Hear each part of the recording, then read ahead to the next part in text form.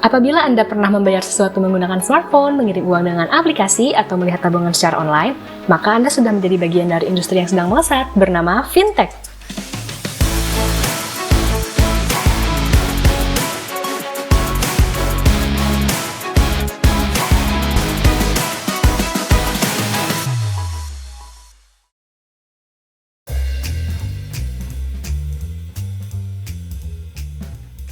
Fintech adalah singkatan dari Financial Technology. Jika Anda menonton video ini, kemungkinan besar Anda sudah tidak asing dan pernah menggunakannya. Dengan menggunakan fintech, pengguna dapat melakukan transaksi keuangan dengan mudah dan fleksibel. Financial Technology mencakup produk, teknologi, dan model bisnis yang mengubah industri jasa keuangan. Jenisnya banyak, mulai dari pembayaran non-tunai, pinjaman, crowdfunding, konsultan AI, sampai mata uang virtual. Jadi, setiap kali Anda membayar makanan Anda menggunakan GoPay, itu adalah fintech. Atau saat Anda mendonasikan uang Anda melalui Kitabisa, itu juga fintech. Tidak heran jika fintech secara cepat menjadi kebutuhan masyarakat dan pada akhirnya pun mampu mengubah gaya hidup masyarakat, khususnya mereka yang bergerak pada bidang keuangan dan teknologi. Keberadaan fintech memberikan beberapa manfaat, yaitu membantu perkembangan perusahaan startup, meningkatkan taraf hidup, dan yang terutama, kemudahan layanan finansial. Financial technology yang berkembang di Indonesia ada beberapa jenis, yaitu yang pertama adalah payment, clearing, dan settlement yang merupakan penyediaan jasa pembayaran non-tunai seperti GoPay, OVO, dan Dana. Yang kedua adalah market aggregator, yaitu penyedia jasa pembanding produk dan harga seperti Cek Aja, Cermati, dan Kredit GoGo. Lalu ada risk and investment management, yaitu fintech yang bergerak di bidang perencanaan dan konsultasi keuangan seperti Finansialku, Tanam Duit, dan Cek Premi. Selanjutnya ada crowdfunding, yaitu penyedia jasa pengumpulan dana massal seperti Kitabisa. Selanjutnya juga ada peer-to-peer lending. Fintech jenis ini mempertemukan peminjam dan pemberi pinjaman menggunakan media jaringan. Contohnya adalah Investri, Amarta, dan Danamas. Berkembangnya teknologi ini membuat penyedia jasa keuangan konvensional harus beradaptasi dan bersaing dengan penyedia jasa baru di industri fintech.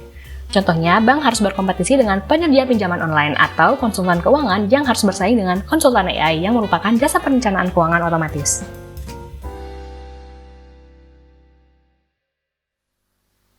Layaknya industri berkembang lain, fintech juga memiliki bahaya dan risiko, dan pembuat kebijakan terus mengejar perkembangan inovasi yang cepat untuk memastikan keamanan pengguna. Contohnya adalah pada perusahaan peer-to-peer lending. Apabila peminjam gagal melakukan pembayaran, maka terdapat kemungkinan dana pemberi pinjaman tidak terjamin kembali. Privasi juga merupakan kekhawatiran yang besar. Dengan banyaknya informasi krusial pengguna fintech yang disimpan perusahaan, risiko dan potensi kerugian akibat pencurian data dan serangan cyber menjadi semakin besar.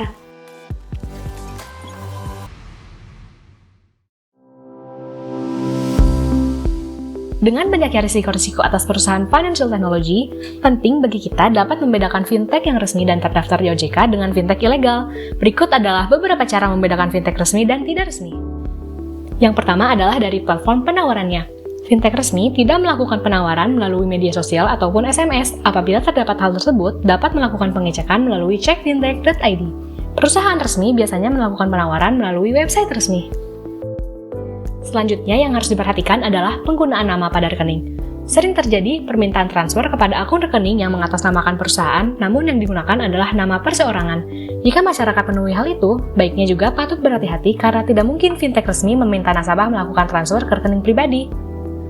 Lalu, perhatikan juga modus penawaran down payment investasi. Terdapat penawaran investasi yang bisa memasukkan DP terlebih dahulu.